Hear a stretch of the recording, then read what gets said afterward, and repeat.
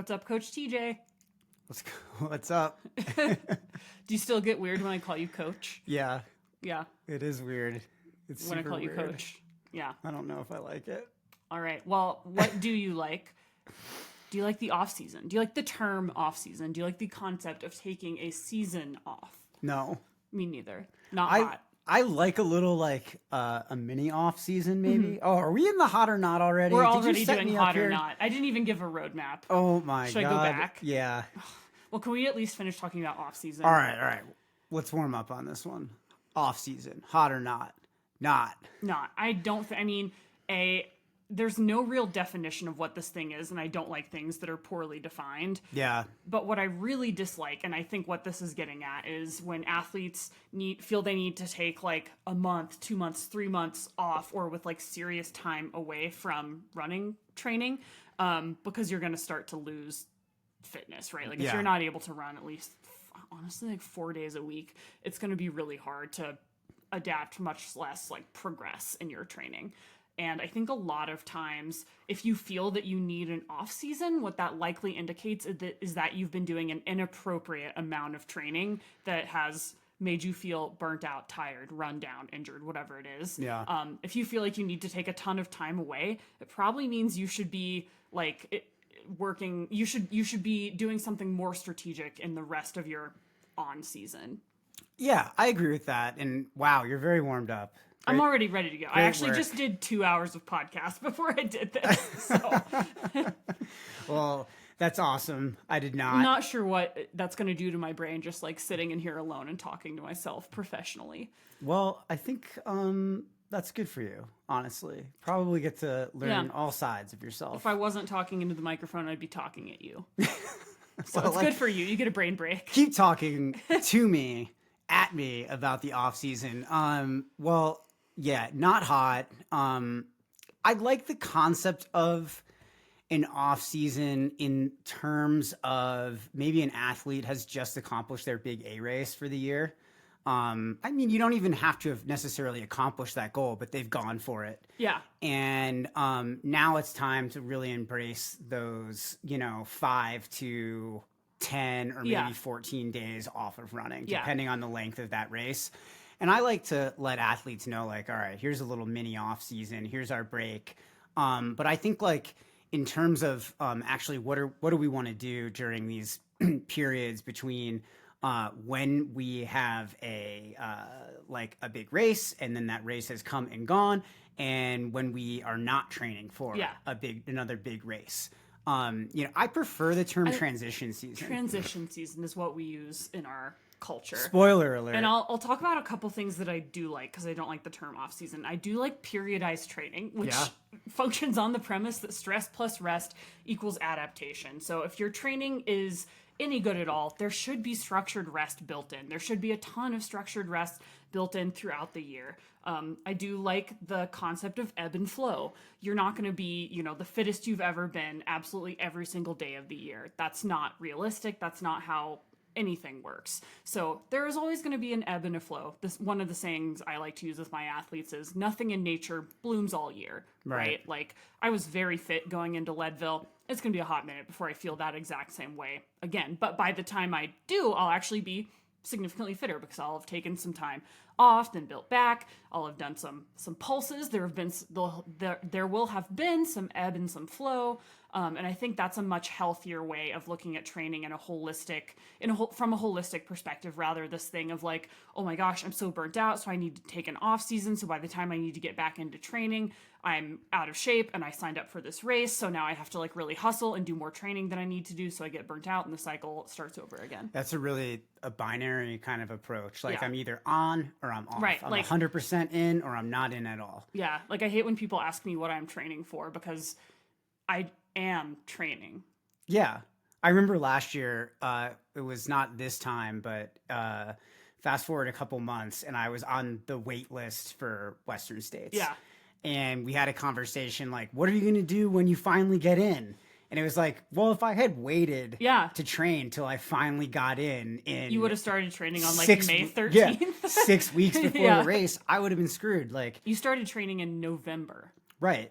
And that was when I was adequately recovered from doing Leadville. Yep. That's when I started training. And Yeah. did I know that I had that goal? No. But did we utilize the transition season really well to work on some weaknesses and push my ceiling up so that way I ended up going into Western States probably the fittest I had ever been? Yes. So it makes a lot of sense. I think that this comes down to like one of my core frustrations as a coach. So I feel like there's so many athletes out there who conceive of training as being intentionally getting ready for a single event. And that's not what training is. Training is a way of organizing your running, your movement practice in a strategic way that maximizes adaptation, that maximizes recovery, that maximizes joy, that maximizes happiness. And if you're only ever looking at training as getting ready for a race, you're actually not really training very effectively. What you're doing is basically you're doing some amount of injury mitigation, but you're not really allowing yourself to blossom as an athlete in the way that you would as if you were training in the way that we understand it all the time. Well, wow, we could just go on, but I like looking at training as that vehicle for self-expression, for experiencing and expressing joy, for connection to others and nature, for pushing your potential and growth, for accessing the deeper parts of who you are. And if you're connecting with your training in that way, when would you ever really need an off season? Why would you not want to be training? All right, so I think we're both pretty clear on this. The term off season, not hot. So walk our listeners. Should I finally give a roadmap for this episode? What are we getting into now today? that we're 8 minutes in? So what we're going to do more hot or not. There's still a couple left. Then I am going to ask TJ some random questions from Reddit that I actually cherry picked because I found them hilarious and enjoyable or productive. And then I wanted to look at the science of if softer surfaces really reduce injury risk, because that's something I hear a lot is that you should run on soft surfaces to reduce your risk of injury. So I wanted to look at the science and see what the research says. The sciences. Let's look at the sciences. Then I want to talk about running cadence. That's a big thing that we get from a lot of our athletes is what should my cadence be? What is the most ideal cadence and how do I improve my running cadence? Okay. Then we're going to talk a little bit more about transition season and what to do after your competition season is over and how to make the most of a transition season. Oof. So, all right. Looks like we'll be going at VO2 max effort for this episode. I feel this is tempo. This is about 1 hour tempo effort right now. Yeah. Well, tempo is technically any specific race effort. Oh, getting specific. Getting specific with it. Okay. TJ, hot or not, listening to music while running. Oh, I love this because there's certain coaching certifications out there that say this is not hot. I think that's ridiculous. I think it's totally individual. For me, running with music is super hot. Tell the people at home what you listen to while you run. I don't know if I want to be vulnerable today. Do it. You have to. Oh gosh, Zoe wants me to feel weird about listening to jazz while I run. He listens to jazz while he runs. It's wild, man. Well, when we get into the science behind stride rate, are you listening to like free jazz, like bebop? No. More modern. Normal jazz. Modern, cool adult man jazz. I also listen to music and podcasts and audiobooks, and I'll listen to anything while I'm running. A potential downside could be that you're not listening to your effort. Obviously, don't do this if it's not safe. Like if you're around traffic or if you're in an area like where it's unsafe to listen to music or against like the specific regulations of that trail system, don't do it. But also if you're one of those people getting in my DMs to tell me that I'm not connecting with nature sufficiently, fuck off. Yeah, you can connect to nature in many different ways. I connect to nature with Ariana Grande blasting into my eardrums. Music can definitely help to induce a flow state. I think it can also induce running too quickly. It can. So just check yourself. I think if you're a mature runner with maybe a few weeks of running under your belt, you can probably tell at least whether you're not running, if you're running too hard because the music is like pushing you in that direction, just slow down. Just because the music's on does not necessarily mean you will run too fast, which is an assumption that I've seen in the running space before. You know, I do want to say, because you poked fun at my jazz listening, I don't understand how you can listen to the podcasts and like the things you listen to when running. Anything you have to focus on other than the act of running itself can potentially take away from like your actual output levels. Can't you walk and chew gum at the same time? I tried to listen to one of your podcasts once. It was like about what would happen if Donald Trump didn't didn't give up his presidency. And it was about how the U.S. military plays war games to game out what would happen if we were taken over by a dictatorship. And one of the scenarios was if Trump wouldn't leave after losing the last election. And I was just like, I'm running the worst run of my life. As soon as I turned that off, everything turned around. Yeah. Everything turned around. So, wow, to each their own. Yeah. I like to listen to music during workouts because having, I feel like, a bit of a rhythm is helpful for more up-tempo efforts. But I love audio. Like, I listen to the shit out of audiobooks while running. So, yeah, I do a lot as well. I like, this is audiobook season for me. Yeah. All right. Hotter. So, I'm going to say hot to music while running. I think it's hot. Yeah. All right, bladders instead of flasks. Bladders instead of flasks. It's gonna feel very, very cut and dry on this one. Yeah, not hot. Not hot. Bladders are not hot. Yeah, I think it's really hard to know how much you're drinking if you're using a bladder. Yeah. I also think that they're annoying as shit in aid stations and really hard to refill. I think it's hard. Like oftentimes I'm toggling.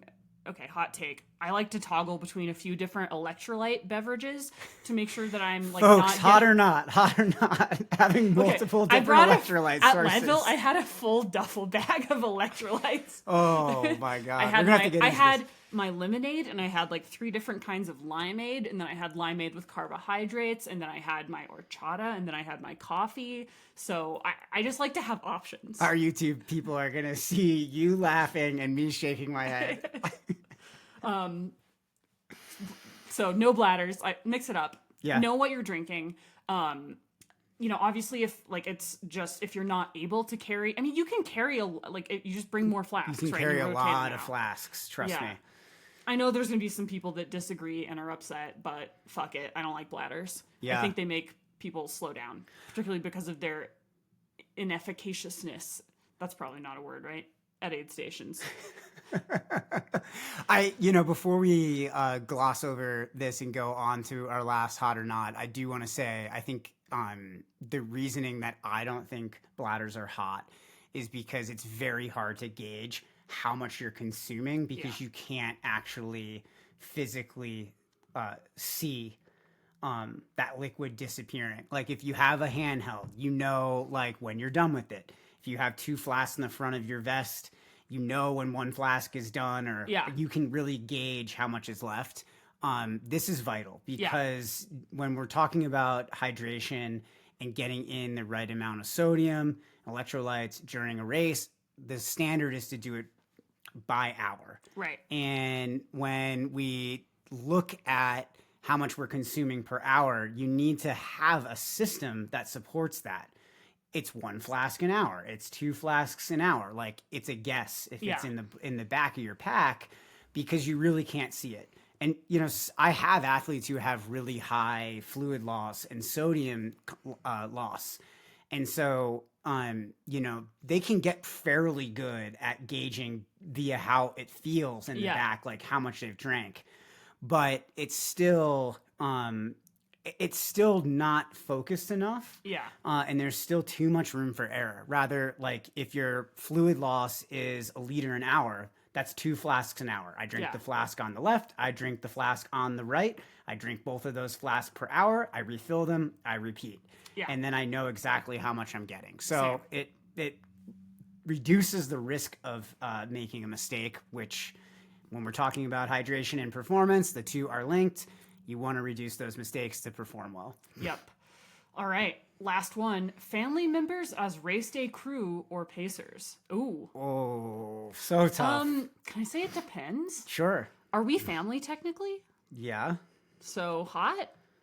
Right. Because, like, you're great at pacing and crewing. Actually, I'm terrible. You're great at crewing me. I'm terrible at crewing you. I can't handle myself. I get way too competitive, and I start just screaming at people. I don't know why I do this. It's like I get, like, competition by proxy, and it hijacks my system, and I just can't handle myself. Hopefully I continue to be invited to be on TJ's crew, but I am fucking useless.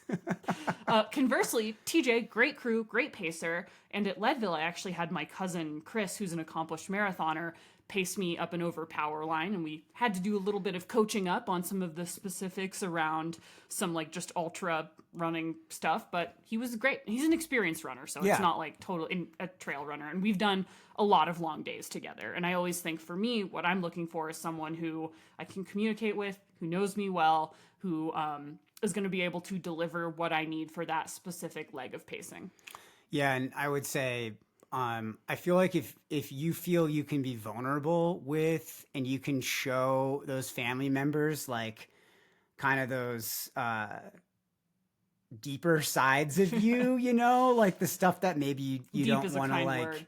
Air out there in public. I don't know. Ultra running can kind of take you to the depths of yourself in certain situations.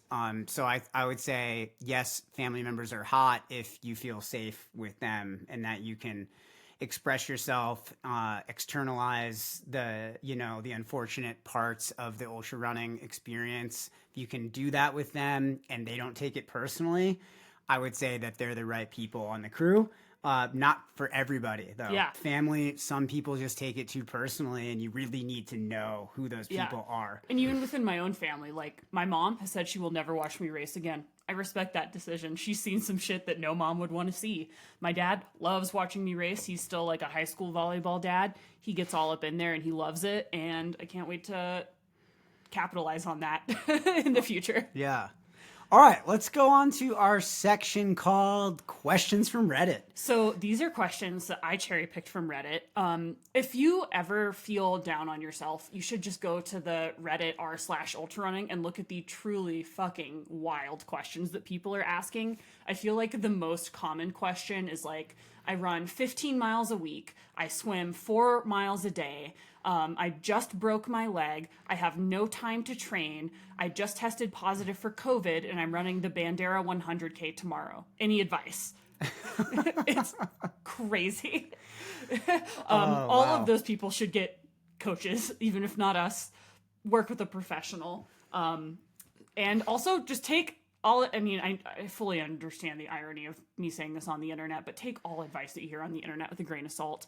I was like looking at the responses to a lot of questions on Reddit. Some I was like, this is pretty like sound advice. Great job. And some of it I was like, one person was telling another person they didn't need to eat more than 60 grams of carb an hour. Oh. And I was like, you're not an art. Like this person was not a professional. They were just like, you know, they just said like, oh, if you're a mid packer, you're going slow enough that you're only burning fat. And okay. No citation, no certification. Anyway, so nice. Take all of this with a grain of salt. But I wanted to bring some fun questions into this because I think that we can learn a lot from other people's questions. Yeah, I love it. Let's get into it. Questions from Reddit. Number 1, how long does it take to see the benefits of training? For example, also, almost everyone uses the standard or the metric system, which blows my mind. For example, if I go on a long 30-kilometer Zone 2 run, when do I realize, spelled wrong, the neurological benefits of that? Any scientific references or esteemed coach references would be useful. Question 2, does the time differ for threshold and VO2 max style workouts? Oh, is that a sub-question of that? That's a sub-question of it, yeah. Okay. So TJ, as an esteemed coach reference, what's your take on this? Wow. First of all, okay, I think there's a major flaw in the architecture of this question. You would have a hard time looking around on Reddit. I don't. Flaws in the architecture is kind of the calling card. I don't do Reddit. Yeah. Just full disclosure. So this is a whole new journey for me. I'm excited. I'm coming in with curiosity. Open-heartedness. Some compassion. Not a thing on Reddit. Yeah, I've heard it can get pretty nasty in there. Okay, 30 kilometer zone 2 run. When am I going to realize the neurological benefits of that? Well, do you think they mean neuromuscular? I don't think it really matters what they mean. Yeah, I just think that probably like I think they just have a fundamental misunderstanding of what's happening here when you go out and run 30K for in zone 2. I think that they probably mean, when do I realize the physiological benefits of that, like denser capillary beds, more efficient mitochondria, right, slow twitch muscle fiber recruitment, all that stuff, like a better aerobic system, essentially. When do I realize those benefits? I don't know, after 10 or 15 years of doing those regularly. Well, yeah, this one's tough because I think like the core tension in training is like no one run matters all that much, but like they all matter a ton because it's like every day is a chance to show up, put a brick in the wall, put a grain of sand in the sand castle, whatever metaphor you like. Right, and one grain of sand isn't going to make much of a difference. No. Now, if this athlete is doing that every week for 12 to 16 weeks, I would suspect that they would start to feel fitter. Yes. But I think people fundamentally misunderstand how the time scales we're talking about here is like. It's always tough, like when I have an athlete that's like newer to the team and they've been working with me for like 2 weeks or even like a month. They're like, wow, I feel so much faster. And I'm like, that's great. I absolutely can't take credit for that. Yeah. That is not because of anything we've been doing. That is likely placebo effect because you've changed up some amount of stimulus and you're working with a new coach and you feel motivated. Yeah. You got a new pair of shoes, whatever it is. It's not the training we're doing. No, and that's true. And I think, not to go too much in the weeds on this, but easy running, you're going to realize the benefits of that over longer time scales. Yeah. It takes a long time to build more intense training like VO2 max or like 3 to 10K work, depending on your level and how you're exactly addressing that. The time scale for those adaptations is much faster because it's more intense, but you can't do as much of that because it's more intense. So you get more risk for injury if you're doing threshold work. Just back that down a little bit. Same thing all the way until you get to, your zone 2 and zone 1 classic easy running. That stuff takes form and shape over many, many months and years. And it honestly, to be effective, it needs to be part of a greater training blueprint or architecture. So not really enough information here to give probably a good answer to this question asker. But neurological benefits, probably very little, honestly. Neuromuscular benefits, very little. Running slow doesn't really make you more, like, it can make you more efficient in terms of, like, your cardiac stroke output and things like that. But in terms of like the biomechanics and the efficiency, that's why we do zone 2 running isn't going to do a lot because it can just really make you slower. Like you need to be doing some speed work in order to actually work on those things, in my opinion. Yeah, I think the primary message here is like, it's not like after you go do a speed workout, the next day you wake up, you're faster because of that speed workout. No, it takes years and years and years of spending specific amounts of time at specific intensities, and each energy system that we target, if it's VO2 max or threshold or aerobic base, whatever that is, or like, there are, each of those stimuli have like, of the energy systems that we're targeting, there's like a million different adaptations that are happening, right? We're talking on the cellular level. We're talking in terms of soft tissue, hard tissue, neuromuscular development. We're talking about, how your blood works, how much blood your heart is pumping out, all of these things that function on totally different timescales depending on which energy system you're talking about and also depending on which athlete you're talking about. So it's going to be hugely variable, but again, as is pretty core to our message, it takes a longer time than you probably think. Yeah, and does the time differ for threshold and VO2 max style workouts? Yeah, absolutely. There's two fundamentally different workouts. Just on a base level, a VO2 max workout should probably be a minimum of 12 minutes of time at intensity and a 1-to-1 work to rest ratio. You can kind of just start there. For threshold, I think we need a minimum of 30 minutes at a 1 hour effort for that to be really effective. So, very different between doing 30 minutes of work and 12 minutes of work. Right. Those are two very different things. And how long does it take to see the benefits? Also depends on how effectively you're recovering. Sure. There's just so many things that it depends. It depends, but a longer time than you think. Probably the least satisfying question ever. I love Reddit. I'm going to get into it. I'm going to get an account and check it out. Question 2. I'm your typical ultra runner. I love using gels, tailwind, electrolytes, and all that jazz. In July, I ran 50 miles around my hometown and experienced the worst pain in my hips and ankles. It was in all caps, so I had to yell it. I didn't feel like myself from miles 12-ish to 50. My dad, a person that doesn't have any expertise or certifications, thinks that my nutrition was the reason why my hips and ankles bothered me so much, and I should be taking in more natural foods. I'll list some of the foods he mentioned. Again, a man with no expertise in this and who isn't an ultra runner. Pineapple juice, pomegranate juice, chia seeds, oranges. The question is, does my nutrition have anything to do with pain during or after racing? Okay, awesome. Can I just ask, why is this question prefaced with all natural nutrition plus delaying pain plus racing? Was that part of the Reddit? Yeah. That was the title of the Reddit thread. All right. Well, this kind of reminds me of my dad, honestly. Like a man who has no certifications or experience in this either. Neither does my dad. Respect for dads, you know? Yeah. We love our dads. Yeah, they just want to help. Actually, technically, my dad does have a PhD in apples. So in apples. That's pretty natural. Right. That is very natural. That's apple genetics. Very far from registered dietitian. Correct. Which also I am not, but I will. But that's never stopped me from giving advice. That has not stopped me from giving advice. But I am certified in holistic health and integrative nutrition, so I do feel like I have a lens that I can put on this.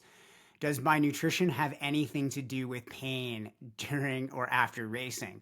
Likely no, but maybe. And I say maybe because if you're not fueling the run intentionally, you're going to feel like crap. Specific. Well, what they're asking is if processed sports nutrition is what led to joint pain. I mean, rather than using pomegranate juice. No, that's your inference based on the information that they're giving. My dad thinks the reason why my hips bothered me is because of natural foods. That's what the dad thinks. That's not what she thinks. Does my nutrition have anything to... You're gendering this person. Does my nutrition have anything to do with pain during or after racing? Possibly. They're asking about their in-run nutrition. Right. And so we don't really know how much tailwind they're taking in, how many electrolytes, if it's the right amount for them. The problem isn't the amount, it's the source. What they're asking about is if the processed foods are what's caught. I'm just going to give my answer. No, this is absolute fucking garbage.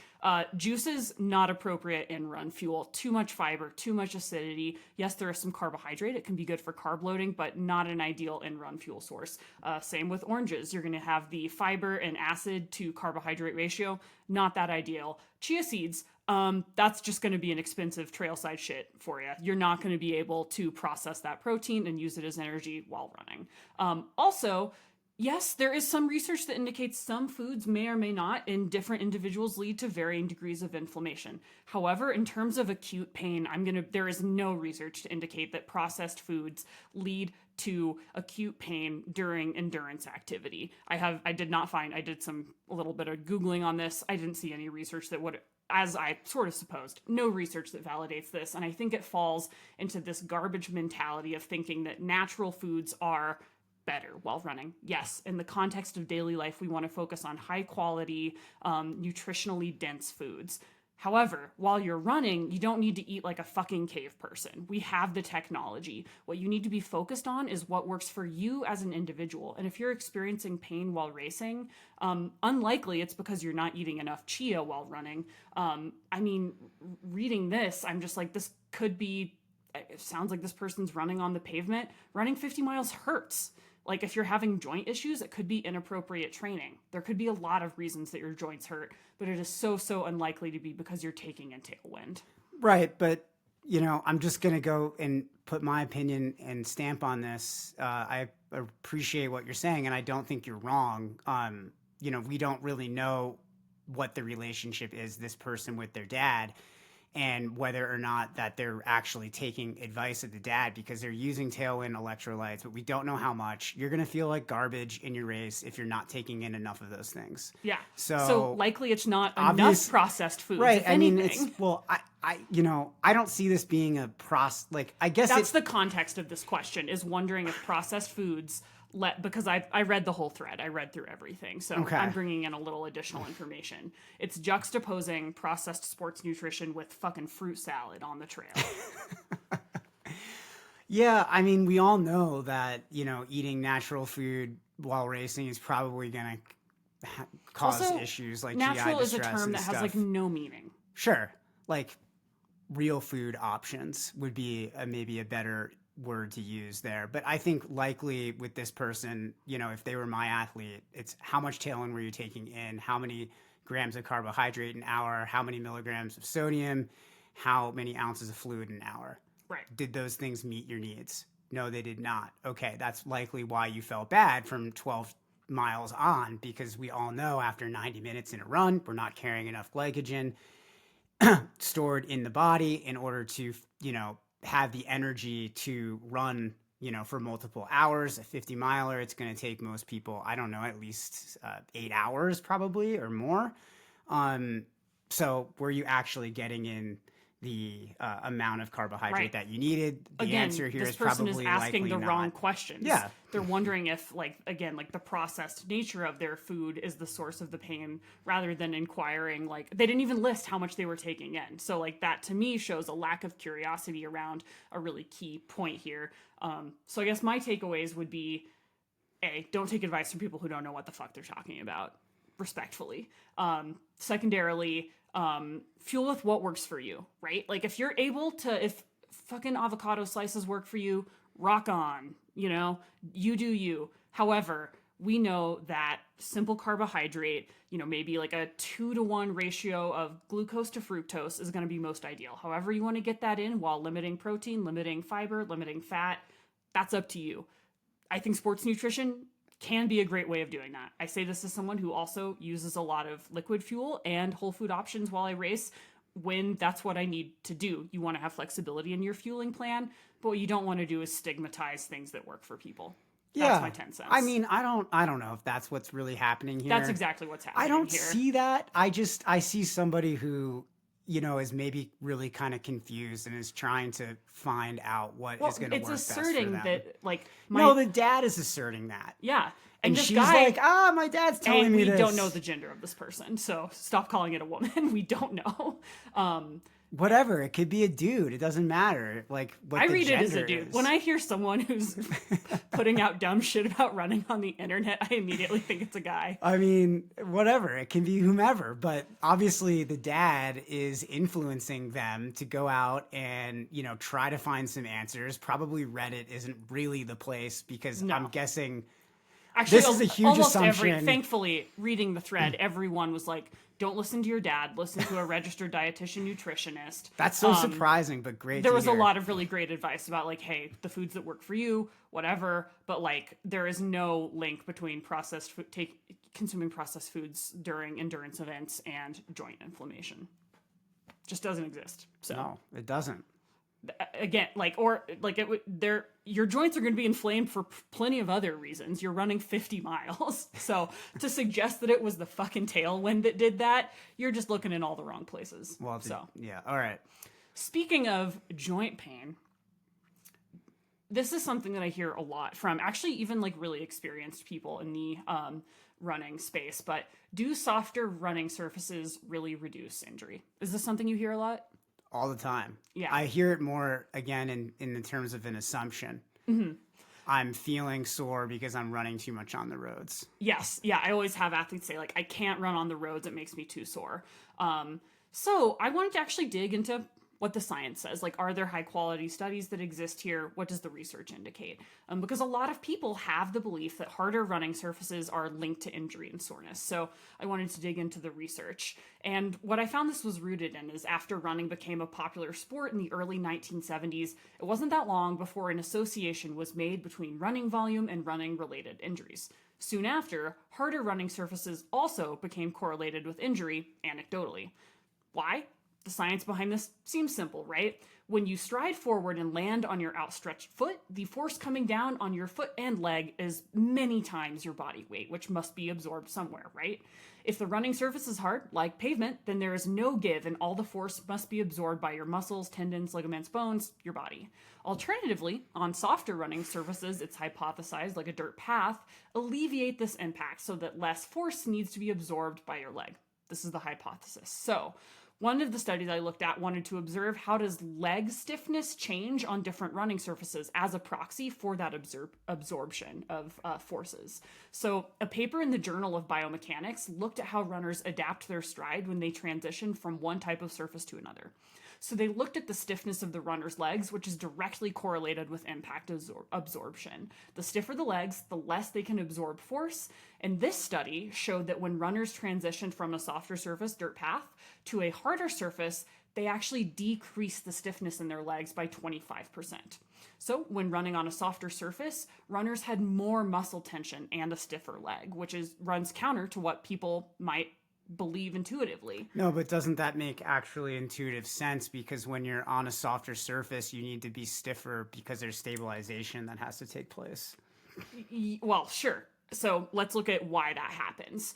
When you're running on a soft surface, a runner's center of gravity tends to lean back because of lack of support from the ground. In order to keep their mass moving forward, runners unconsciously use their muscle strength to compensate. Yeah. On harder surfaces, however, the ground is better at supporting the runner's weight, thereby negating the need for extra muscle tension, which in turn decreases leg stiffness. So people actually strike harder on softer surfaces. Right. In this paper. Yeah, sure. So, what about injury?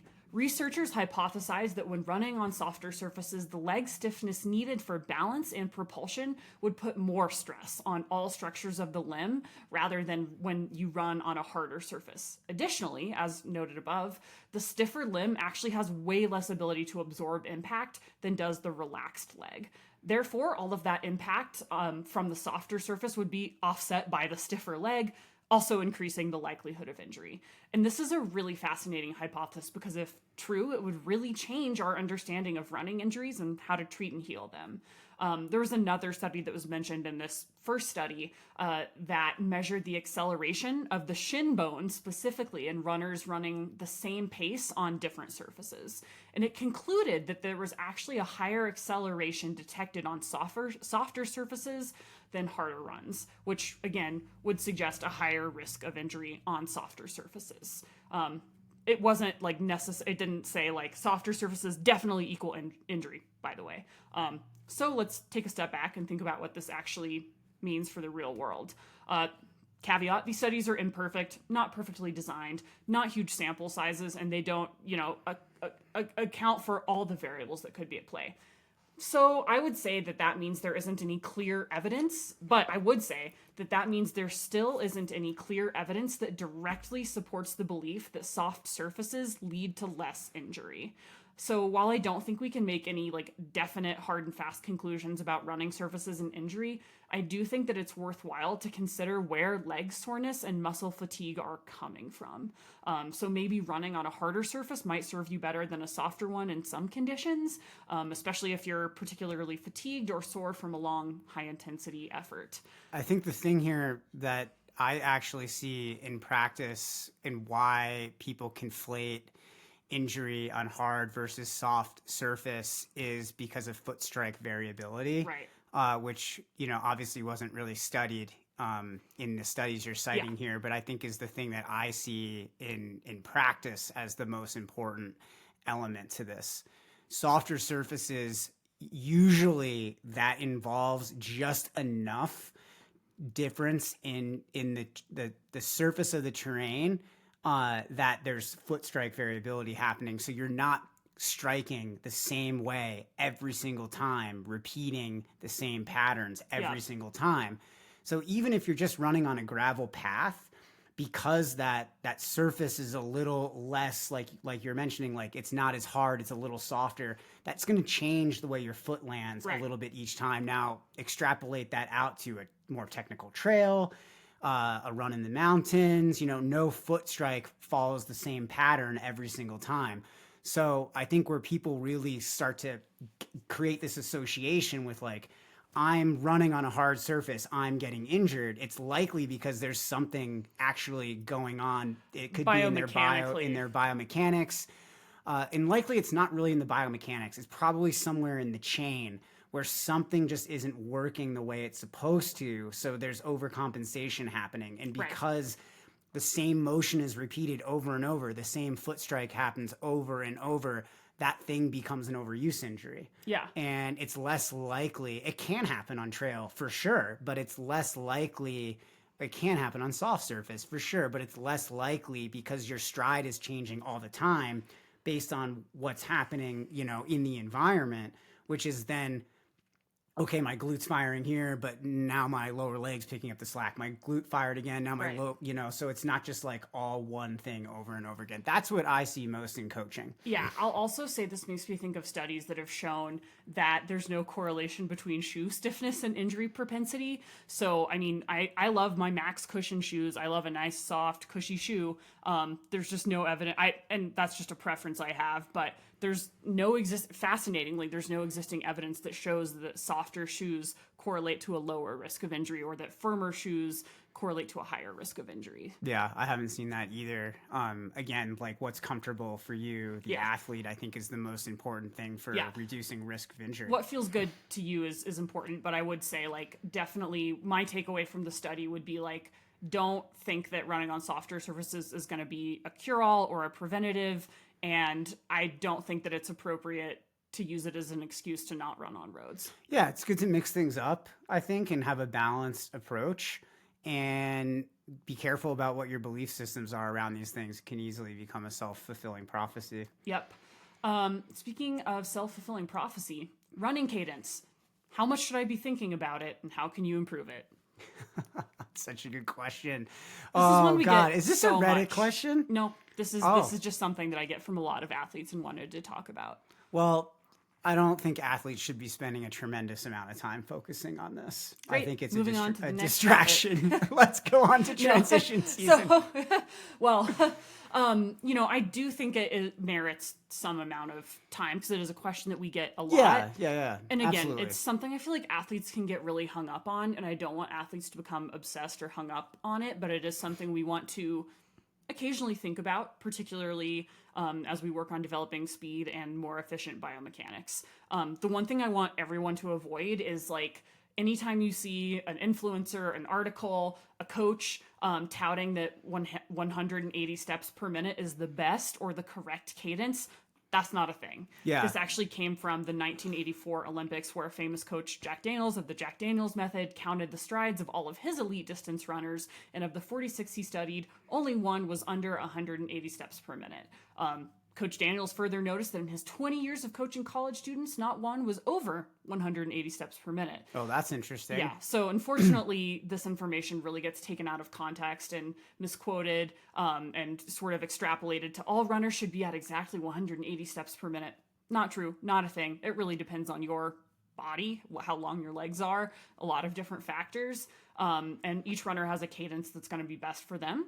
And ignore anyone that says that 180 is the answer to all things in your life. Do you think it's worth it for athletes then to even bother to calculate their cadence? And why would you ask an athlete to do that? Yeah, I do think sometimes if there's risk of injury, or if if I'm seeing information that an athlete might have like a lot of ground contact time or like a shuffly, or like their running form has them looking like they're in the back seat or they're really overstriding, I will have an athlete think about their cadence. So how do they do that? How do they calculate their cadence?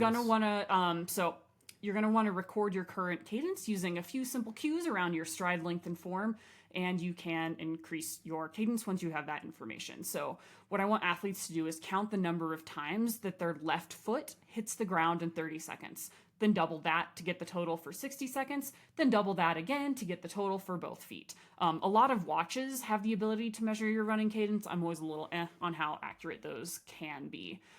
So looking at like the macro data here, a lot of recreational runners have a cadence that's somewhere between 150 to 170 steps per minute or strides per minute, topping out at about 180. A running cadence of less than 160 is usually seen in runners who are overstriding. So their stride length is going to be way too long. But you can improve your cadence by correcting that overstriding. So if you're overstriding, you're just striking your foot out in front of you. Yeah. And that's just not as efficient, and you're not going to get as much turnover, and can lead to more injury because of how force travels up the leg. Right. So the shorter your stride length, the quicker your stride rate will naturally be. So the faster and better you'll run, to a point, right? Yeah. If you have a low cadence, you are probably, again, you have a long stride, which makes for like a choppy and bouncy and efficient run. The more bounce and overstride you have in your gait, the more susceptible you are to injury. So let's talk about how to improve running cadence. Yeah. So find your current cadence and then add 5 to 10% if it seems desirable to increase that. Why would you? So I'm thinking about what are the examples? What are the times where you might ask an athlete to look at this? So what are those cues? I'm thinking I feel heavy on all my runs. Yes. My leg speed doesn't feel developed. I don't have any pop in my legs. Yeah. I keep heel striking. My heels are sore. Yeah. Not to be confused with a plantar issue, but those are sometimes the things that I get from athletes where it's like, okay, we might want to take a little bit of a look into your cadence and see if maybe we need to add 5 to 10% there to get you moving a little bit quicker. If I have an athlete that feels like their legs are limiting them from accessing the prescribed effort level in workouts, like if I say like do this at 10K effort, and they're like, well, my lungs felt like they were there, my legs just couldn't do it. I'm like, we might need to work on efficient, and like the answer isn't always going to be cadence all of the time. This is one of many things that we want to be sort of weighing. So once you have like what your cadence is, add 5 to 10%. So if your current cadence is 160, your goal would be about 168. So we're not trying to make like wild swings. We're not jumping from 160 to the made up 180 perfect number. Yeah. So start by increasing your cadence for only 1 to 2 runs per week, or for short periods during each run. So you don't want to spend your whole life focusing on improving your cadence. That'll take a lot of the joy out of running, and honestly just probably could lead to more injury because you're just forcing you're forcing a gait change, and we want these things to be more natural. So do it in sort of shorter periods of time. It can also be really helpful to practice it on the treadmill because you can set your correct speed and it'll remain steady, and you can just focus. You can eliminate a lot of the variables that you might be focusing on. I like to pretend that I'm running in hot lava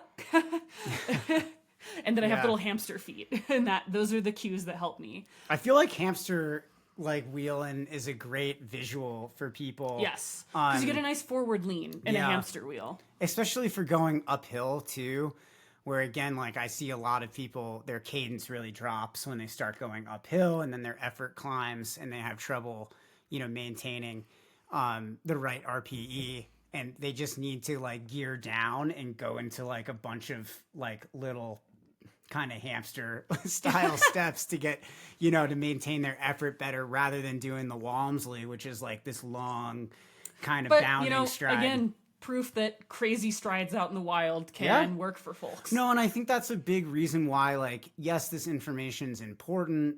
Think about how you feel. Don't think about how you feel in comparison to others. Right. Because everybody's stride is really unique. Like, no one really needs to be taught how to run. Yeah. You just end up running one day at the park. Like you're a kid, you don't need to be taught how to run. Yeah. You just start running.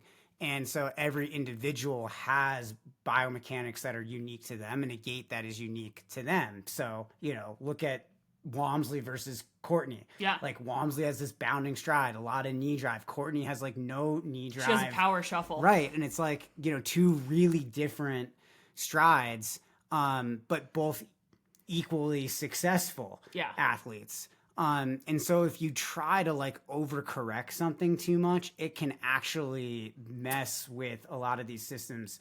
It can really be a cause for injury. Like, you don't want to be a solution in search of a problem. Yeah. Like studies actually show that this is one reason we don't recommend gait retraining unless a gait analysis professional or a PT who is experienced in working with runners recommends it, and there's like a persistent injury history to back it up, because you will lose a lot of efficiency when you retrain your gait. So it's just not going to be appropriate for all athletes. Usually you can maximize with the gait you have within the bounds of safety. I like this hot lava thing. I also, athletes who want to improve a little bit on this, I have them do warm-ups of high knees and butt kicks to just get their neuromuscular system firing. Like, okay, a lot of those quick little steps, and it's exaggerated compared to what you'd actually do in the run. Another thing that I feel like I've heard from athletes too is they're like, oh, well, I'm biking to increase my run cadence. And I actually did a little research and digging, and there's no evidence that cycling translates to higher cadence in road runners. Right. So disappointed to report that your Peloton workout will not improve your cadence. Unfortunately, it is a thing that you will have to work on outside of the purview of Rob and our zone. Okay. All right, TJ, this one comes from a pretty personal place. My race season is over. What do I do now? Oh, wow. What do you do? Existential crisis. Existential crisis. Let's go. But this came from... Let's pick on some dads on Reddit. Let's pick on some... I'm just going to start shit on Reddit. That's the only thing that I can do to feel anymore. Now that I'm not training for Leadville, the only thing I can do to feel like a real boy is go on Reddit and find adult men in the UK to fight with. So when I'm not fighting with randos on Reddit, what should I do? Wow. Okay. Talk to your coach. Mm-hmm. That's where I would start. Yeah. What do you want to get out of this season? What do you feel you need? Ask yourself some questions that ask you to look inside instead of outside for the solution. Yeah. Because I do believe that, like, if your inner world is feeling good and you're in alignment there, then everything else will start to take care of itself. The motivation to find a new goal will naturally come. Like, that goal will be there and you'll have something to work towards. But, like, you can't try to force those timelines and things like that. So, right, like, after months and months in racing, you put a lot of intense work into something. You're focusing on that A race, which was Leadville. Feeling good about the result. But now maybe you're feeling like, I'm a little bit like sad, like that motivation's not there. The driving force, that external, really like tangible thing that I was working towards, that I was anchored on, tethered to, it's no longer there. What do I do? First of all, externalize those thoughts and feelings. That's where I think talking to the coach is just like so key. And then having a bit of that, like, ability to hear someone mirror back to you what you're kind of thinking. I think this is a point where it's so important to actually be able to work one-on-one with the coach, to have access to them, to really get face time with them, particularly after an event, to help you process, learn, debrief, so that you can do better and know better next time. Right, like all of those questions, all of the insights that come from a race like Leadville, like you did, okay, what worked for me really well? What worked for me in the lead up to that race? What was motivating me? What wasn't? What points of friction were there? Like, you can start to go through that process, and then that'll give you information that will help you move forward. Yeah, I also think it's worth acknowledging that there can be a chemical component to the weird feelings after a big event or a race. 100%. So that drop in training load will actually create a chemical imbalance in your body, which will just be trying to come back to homeostasis, especially after, a big event like a marathon, an ultra marathon. And because of this, your feelings might just be all over the place. Yeah. You might feel excited because you achieved a goal. You might feel frustrated about how it went, or sad now that it's over. Just know that all of that is totally normal. There's no right or wrong way to feel. You're allowed to feel however you feel about your goal. Externalize it. Talk with a trusted coach. Talk with a mental health professional. We all respond to this stuff totally differently. And this is one thing that's a little under-researched and under-understood, but post-race blues are a real phenomenon. It's normal to feel a dip after expending all of your fucking serotonin in a 24-hour period.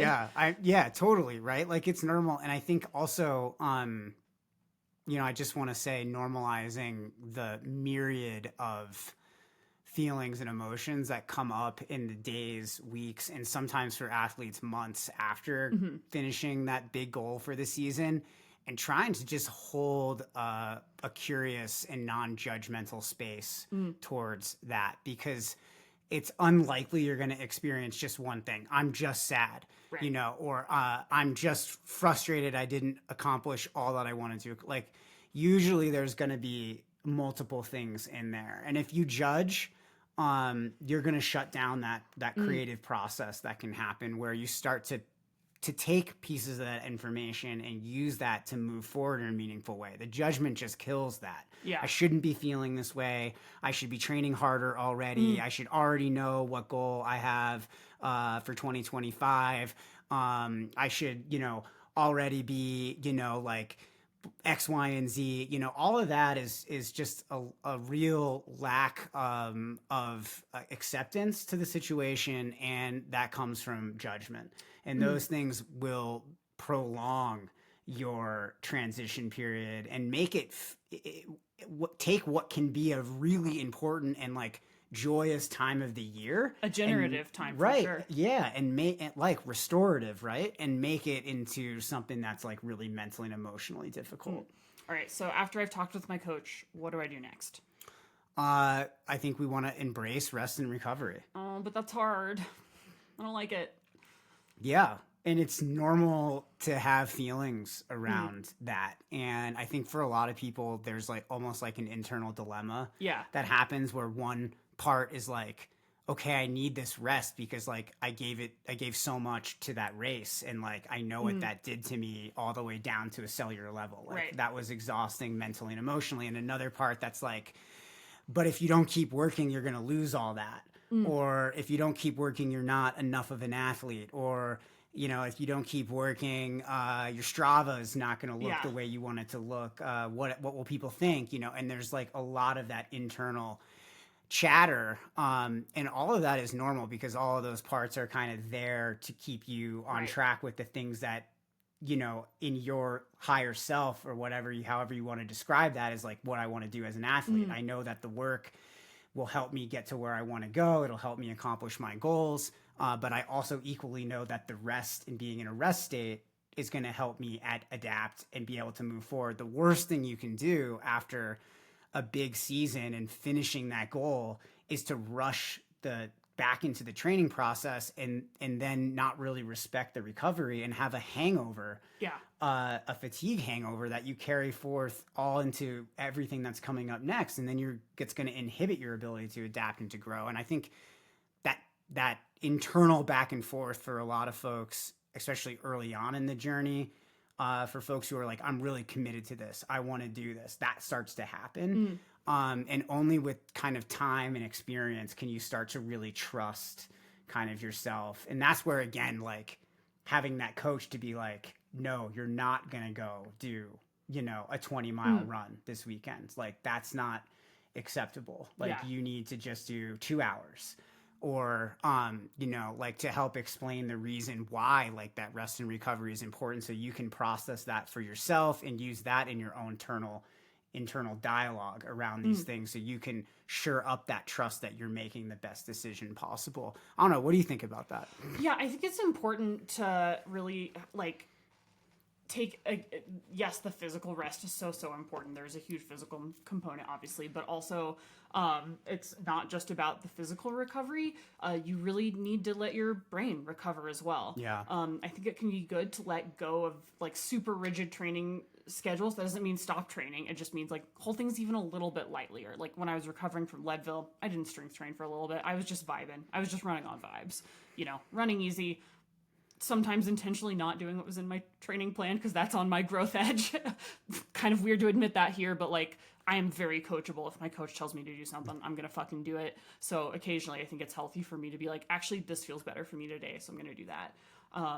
And that's helpful for me to like really get in touch with like, okay, like what I have in my training plan is it's just a proxy for what someone else thinks is the best for me that day. But like at the end of the day, I am also a part of that coaching process. I'm 50% of it at minimum. So I need to show up for myself and like always be co-collaborating in that coaching process. Yeah, absolutely. And I think that can help prevent burnout and keep the love for running alive long term. I think a lot of time we'll see people just like stay hyper focused through like through 6 months, and then that's all they give to running. And that's such a shame because your potential is always years down the road. So I think it can be really good to use the downtime to focus on other activities. I started making a ton of friendship bracelets to give out to friends and podcast listeners that said fun things. And I really like that because it kept my hands busy. It was creative. It was low stakes. It's not like tied up in my work or self-worth in any way. It's just making friendship bracelets. Yeah. And I think it's always a good moment to step back and think about what areas of your life might need a little more care and attention that maybe weren't getting as much care and attention in a different chapter. Relationships, family, creativity, work. Always just good to like assess and see like, where am I at? What got neglected? What would it look like to bring these things increasingly into balance in a way that reflects my true values? And I'll make a point here is that if you go through that process of self-inquiry and ask those questions, it'll lead to more balanced relationship with training over time. Yeah. So that way, when you get to the end of the season, you don't feel like you need to sway far to one side of this, like, I was so rigid to like, I'm so relaxed. Like if at the end of your training cycle, it's like, my wife's going to leave me and my kids forgot what I looked like. Like, what the fuck? Like, that's not what training should be, you know? Like, that means you were trying to squeeze way too much training into way too truncated a time. So give yourself that longer horizon. Bring everyone along for the journey. Totally. And I think, again, like, opportunity to just check, your identity on this and how you view yourself as an athlete. If you think like your athletic identity is only a certain way, it's this many miles a day, no matter what, it's this many races, each month or 3 months or quarter or whatever, 6 months, check some of those assumptions you're making about your athletic identity. I mean, this is the time to really take that step back so you can have a better relationship with that part of yourself. Which is going to help you sustain it and prevent the burnout and keep, like you said, Zoe, keep your love for running alive long term, which is where then you really start to get the benefits of this process. All right. What do I do next? I think you could think about setting some non-running goals. Ooh. And or running goals if it's coming to you naturally and it doesn't feel forced. I know, like, if you're without a race, you can sometimes feel like you're just like out in the middle of the ocean treading water. Like, what's the work in service of? This is where I'm going to always be advocating for those long-term goals. And they don't have to always be specific to a race. They can be specific to, like, I want to be the best athlete I can be, or whatever, they can be general.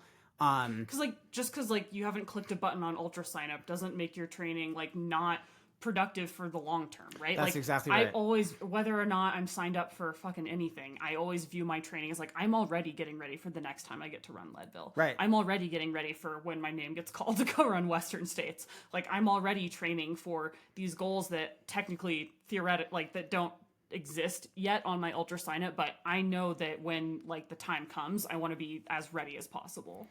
Yeah. And I think that context is just so key, right? And you can, take that space to have some non-running goals. Oh, I want to do X, Y, and Z right now, this hobby that I really enjoy.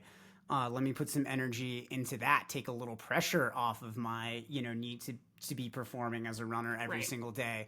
And just having that mental flexibility to shift your focus. That process is really key. If you can learn that in these situations, your attention control when you get back into a race situation is going to be even better. You're going to be a better performer as a result of that. So, I think having some non-running related stuff here, and then also it's just like, how are you connecting with your community and the people around you? Do you have to go to your group run when you're running a race, or can you go, all year round? I never get to go to group run when I'm training for races, and I'm so excited to go back. I just want to vibe with my folks and their dogs. Yeah, I mean, check your broader community, whether, it's a virtual thing like what we do with our Foothills program on Slack with our community at Microcosm, or if it's like your immediate community, whether it's like your coach and your PT. I mean, whoever it is, be with your team. I think that process of like kind of, again, like discussing where you're at in the process and just letting things just be okay as they are without needing to like force a timeline forward. Right. And again, it's normal for motivation to ebb and flow, but if you find yourself persistently unmotivated when you don't have a goal on the calendar, I think that could prompt wanting to like look for connection elsewhere and look for motivation elsewhere in the community, in your coach, things like that. So if you're starting to reflect and plan for the next season, what should you be thinking about? What parts of yourself should you be connecting to? Where's the balance in all of this? What's your approach? Well, I always like the start, stop, continue framework. I think having a not to-do list, a lot of people were like, oh my gosh, like Leadville, so great. Like, what did you do to get better? And I was like, I stopped doing a ton of stuff.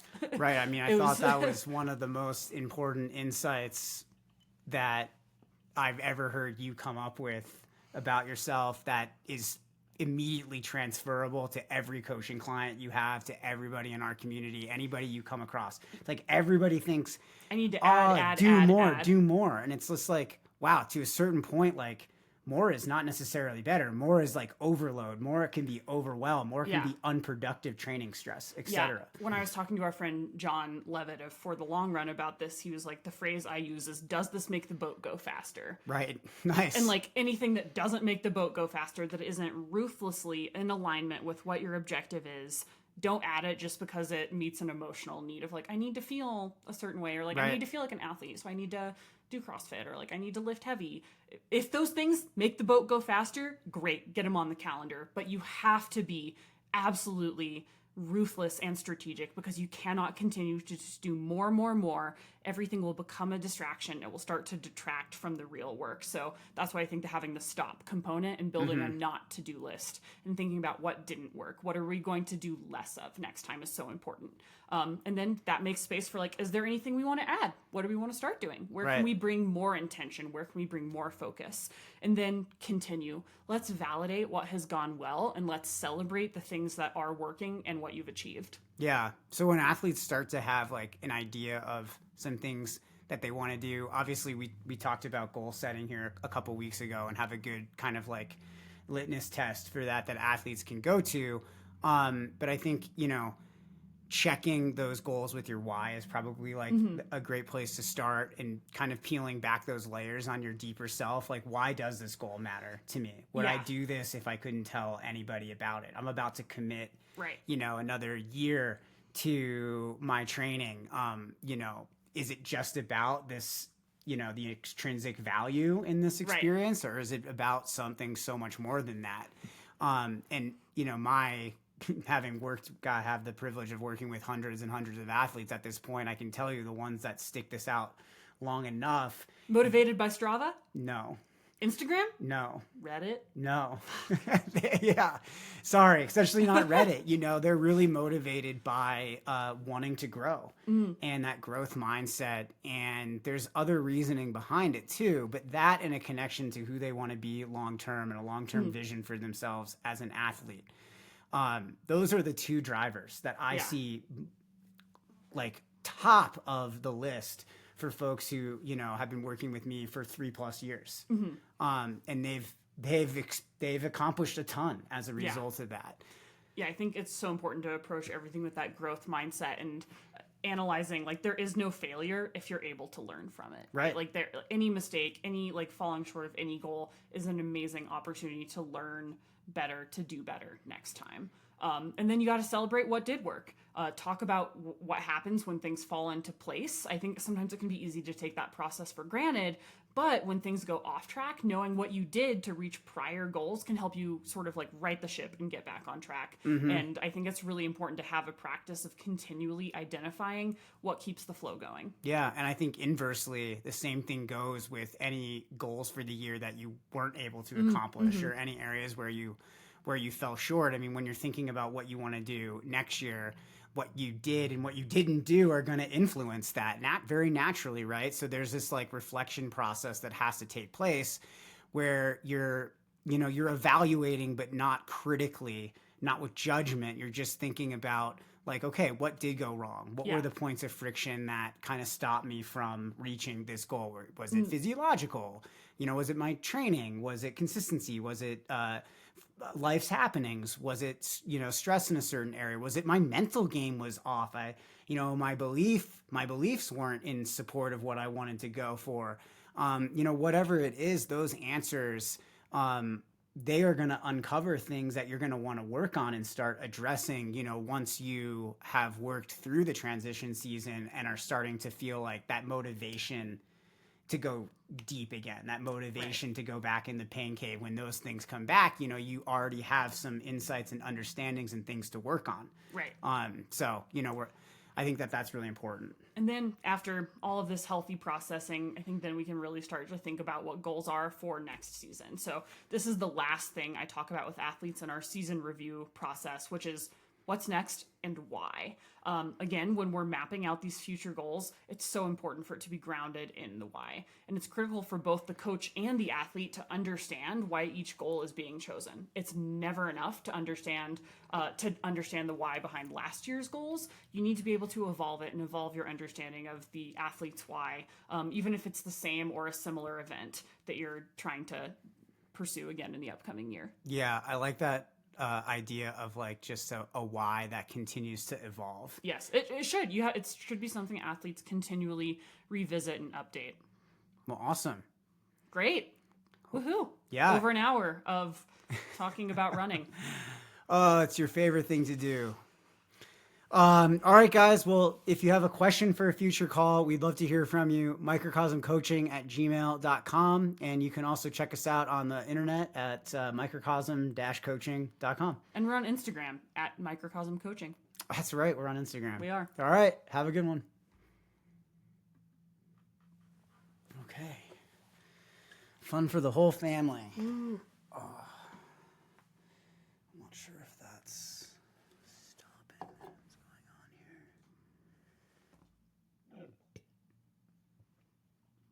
It looks like it's not 100% uploaded yet. That's so okay. Don't, it's a big one. Don't exit that screen. Okay. Thanks. Good job. Fuel Goods wants to talk about sponsoring the podcast. Yeah, nice. How do you know?